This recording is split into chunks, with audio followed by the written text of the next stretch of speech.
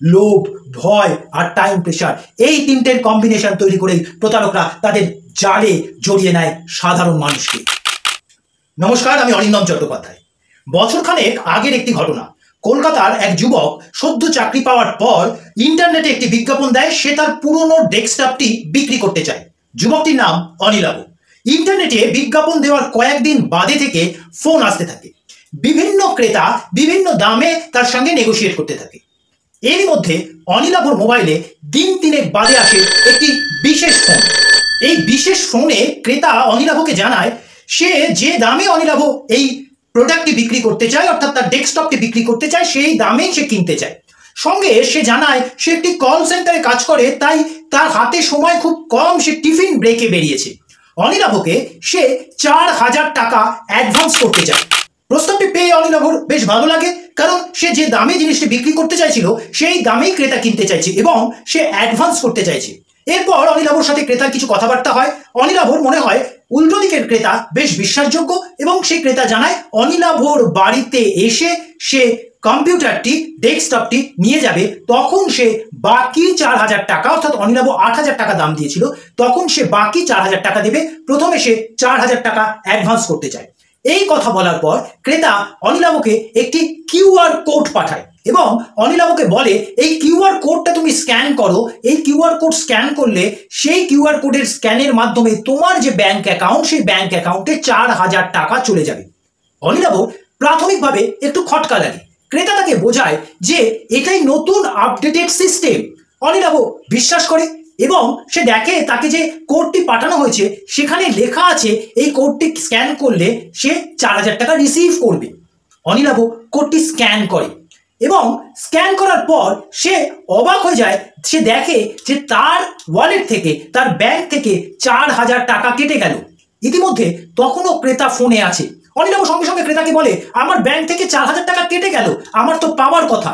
ক্রেতা তখন অনিলাভকে বলে কোথাও একটা সমস্যা হচ্ছে, তুমি চিন্তা করো না, তোমার ব্যাংকে আমি 8,000 টাকা ট্রান্সফার করছি। আমি তোমাকে আরো একটি কিউআর কোড পাঠাচ্ছি, যেটায় স্ক্যান করলে 8,000 টাকা তোমার ব্যাংকে ট্রান্সফার হয়ে যাবে। তোমার 4,000 টাকা এবং ক্রেতা তার অ্যাডভান্সের টাকাটার কথা বলে।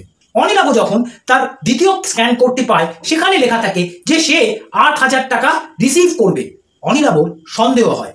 অনিলাভ 8,000 টাকা স্ক্যান করার আগে বলে আবার আমার টাকা কেটে যাবে না তো? ক্রেতা বলে আমি খুব তাড়াহুড়োয় আছি, তুমি দয়া করে এটাকে স্ক্যান করো এবং তোমার টাকাটা ফেরত নিয়ে দাও, না হলে এই গোলমালের ফলে তোমার অ্যাকাউন্ট থেকে আমার অ্যাকাউন্টে টাকা চলে আসার বিষয়টা আমার খুব খারাপ লাগবে।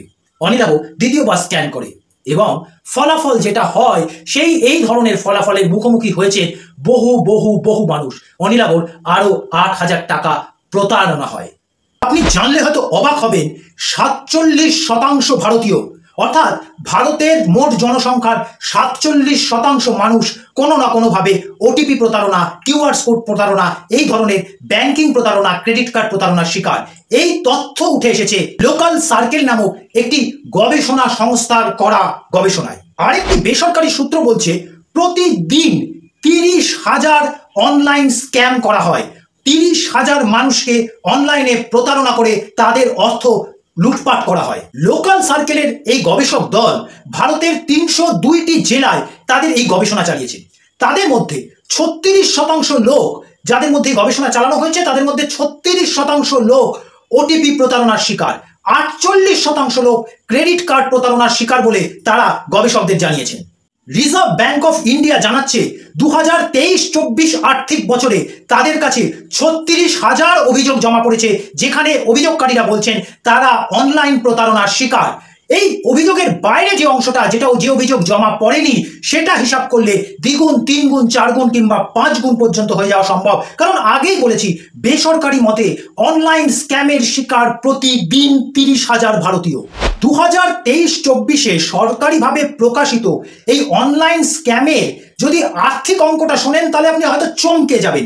13,970 কোটি 2023-24 আর্থিক বছরে অনলাইন স্ক্যামের মাধ্যমে লুণ্ঠিত হয়েছে ভারতবাসীর টাকা। 2022-23 সালে এই অঙ্কটা ছিল 26,000 কোটির মতো।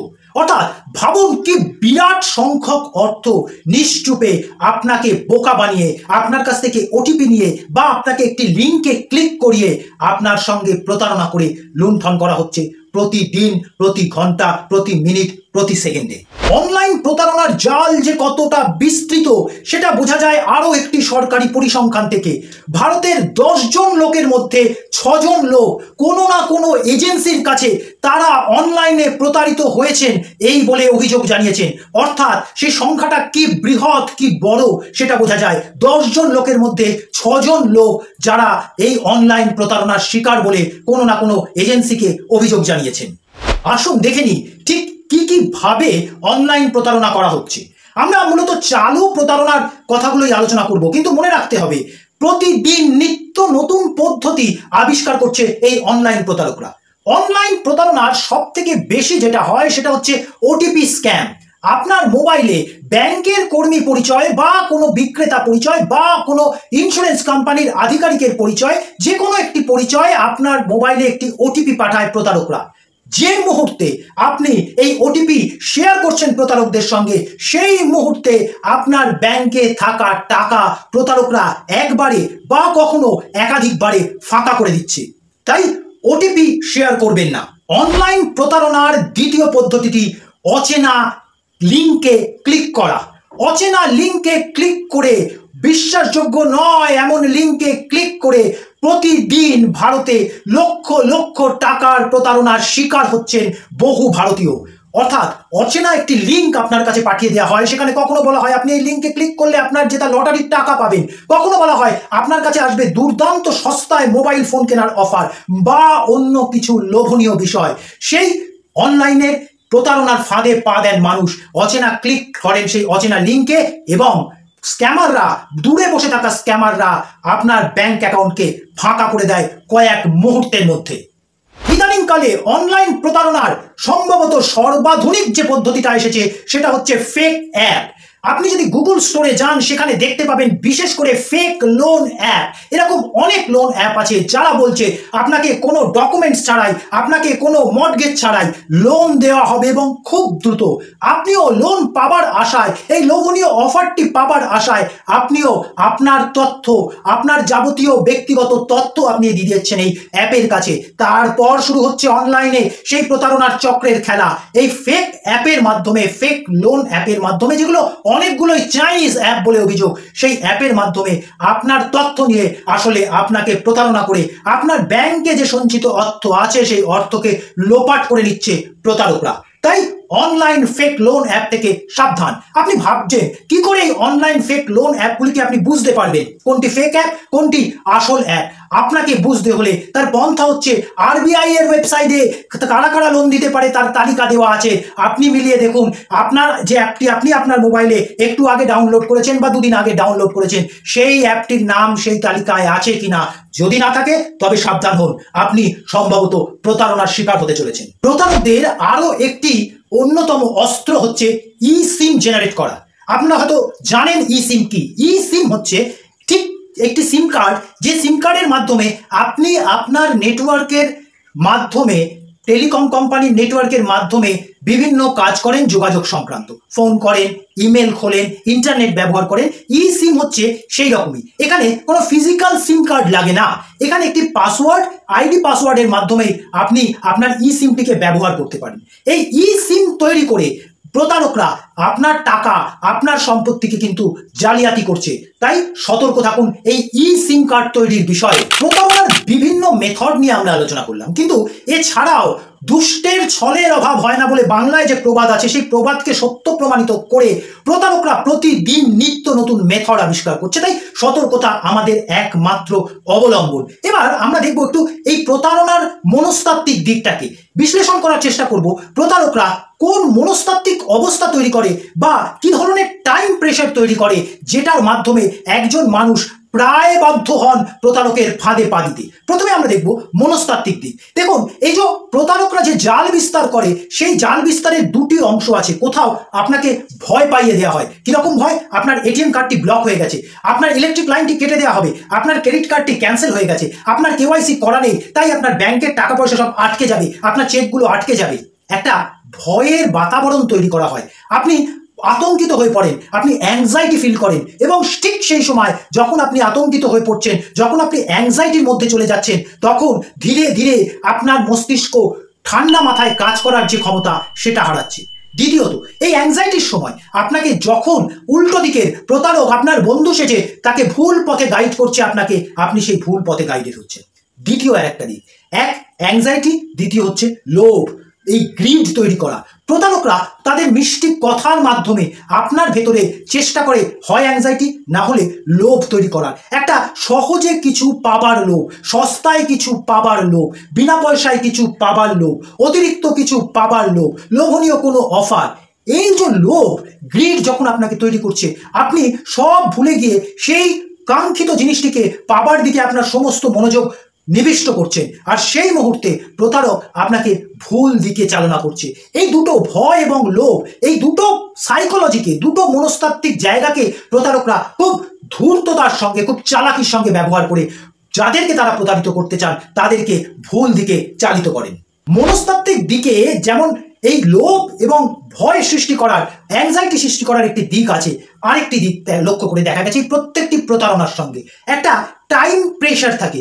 যেমন অনিলাভকে আমাদের প্রতারক বলেছিল সে কল সেন্টারে কাজ করে, সে টিফিন ব্রেকে বেরিয়েছে, তাকে ফিরতে হবে, তাই তাড়াতাড়ি যেন স্ক্যানটি করে। কোথাও আপনাকে বলা হয় আপনার চেকটি আটকে আছে, তাই জন্য আপনি যেন তাড়াতাড়ি ওটিপিটি বলে দেন। কোথাও বলা হয় মাত্র 1 ঘন্টার জন্য আপনি এই লটারিটি পেতে পারেন, তাই তাড়াতাড়ি ক্লিক করুন। কোথাও বলা হয় তিনি সেনাবাহিনীর একজন অফিসার, আপনার বিজ্ঞাপিত বস্তুটি তিনি কিনতে চান, কিন্তু তিনি মাত্র 5 মিনিটের ব্রেকে বেরিয়েছেন, সেনার নিয়ম অনুযায়ী তাকে ঢুকতেই হবে, তাই তাড়াতাড়ি স্ক্যান করে তার অ্যাডভান্স টাকাটি নিয়ে নিন। এই যে তাড়াতাড়ি, 1 ভয়, 2 লোভ, এবং 3 তাড়াতাড়ি করানোর প্রবণতা। কারণ প্রতারকরা চায় যত তাড়াতাড়ি তারা এই প্রতারণার জালটিকে গুটিয়ে আনতে পারবে, তত তারা বেশি টার্গেটের দিকে লক্ষ্য অ্যাচিভ করতে পারবে। তাই তারা একটা টাইম প্রেশার তৈরি করে যাতে আপনি বেশি ভাবার সময় না পান। কারণ আপনি যেই ঠান্ডা মাথায় ভাবার সময় পাবেন, আপনি যেই আপনার পাশের লোকের সঙ্গে আলোচনা করার সময় পাবেন, যেই আপনি আপনার বন্ধুর সাথে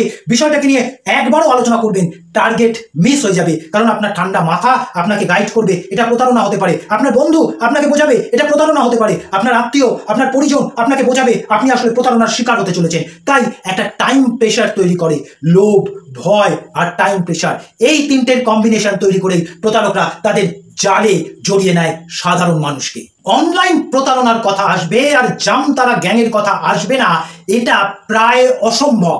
ভারতের অনলাইন প্রতারণার আইকনিক গ্যাং যদি বলা যায় সেটা জামতারা গ্যাং। জামতারা রাঁচি থেকে, ঝাড়খণ্ডের রাজধানী রাঁচি থেকে 250 কিলোমিটার দূরের একটি জেলা জামতারা, যেখানে নাকি ঘরে ঘরে অনলাইন প্রতারক আছে। এই জামতারাকে নিয়ে নেটফ্লিক্সে একটি সিরিজও চলে এসছে জামতারা গ্যাংয়ের এই প্রতারকদের নিয়ে। পশ্চিমবঙ্গে যে ঘটনাগুলি ঘটেছে তার মধ্যে বেশিরভাগ ঘটনার নেপথ্যে আছে এই জামতারা গ্যাং। তবে অনলাইন প্রতারণা নিয়ে যারা গবেষণা করেন তারা বলছেন জামতারাকে টপকে চলে আসছে রাজস্থানের ভরতপুর। এখন সেখানে নাকি আধুনিক প্রযুক্তির সাহায্যে প্রতারকরা এমন জাল বুনছেন, এমন প্রতারণা করছেন, এত অর্থের প্রতারণা করছেন, তারা জামতারাকে টপকে ভরতপুর এখন ভারতের প্রথম প্রতারণা করার জন্য কুখ্যাত অঞ্চলে পরিণত হয়েছে।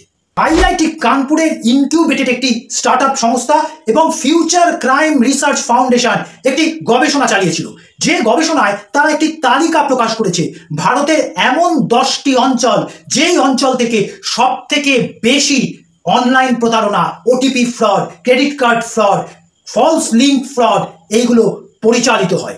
আসুন জেনে নিই সেই 10টি অঞ্চলের নাম। এই তালিকায় প্রথম আছে ভরতপুরের নাম, দ্বিতীয় মথুরা, তৃতীয় নুহ ও চতুর্থ নাম আছে দেওঘরের। তালিকার পঞ্চম নাম জামতারা, তারপর আছে গুরুগ্রাম এবং সপ্তম নাম আলার। তালিকায় অষ্টম নাম বোকারো, নবম নাম কামারতান্ড এবং 10ম নামটি গিরিডি। প্রতারণার বিভিন্ন বিষয় নিয়ে আলোচনা হলো, কিন্তু প্রতারণা থেকে বাঁচার উপায় কি? সাইবার সিকিউরিটির এক্সপার্টরা বলছেন প্রথমত আপনার যে পাসওয়ার্ড আছে সেটা ইমেলের পাসওয়ার্ড হতে পারে, সেটা এটিএম এর পিন হতে পারে, এই সমস্ত পাসওয়ার্ড 2 মাস অন্তর পরিবর্তন করুন। আমরা যেটা সাধারণত করি মাসের পর মাস, বছরের পর বছর একই পাসওয়ার্ড রেখে দিই, পাসওয়ার্ডের পরিবর্তন করি না। সাইবার এক্সপার্টরা বলছেন, সাইবার সিকিউরিটি এক্সপার্টরা বলছেন 2 মাস অন্তর অন্তর অবশ্যই আপনার পাসওয়ার্ড পরিবর্তন করুন। দ্বিতীয়ত, একই পাসওয়ার্ড সব অ্যাকাউন্টে রাখবেন না, একই পিন সব এটিএম কার্ডে রাখবেন না। পিন আলাদা আলাদা অ্যাকাউন্টের জন্য, পাসওয়ার্ড আলাদা আলাদা অ্যাকাউন্টের জন্য আলাদা আলাদা পাসওয়ার্ড দিন। ভাবছেন হয়তো এগুলো মনে রাখা সম্ভব কি? অভ্যাস করুন, অবশ্যই মনে থাকবে। আপনি অনলাইন পেমেন্ট যখন করছেন, যদি কোনো ওয়েবসাইটে করেন, তাতে অবশ্যই HTTPS না থাকা এমন কোনো ওয়েবসাইটে ভুলেও পেমেন্ট করবেন না।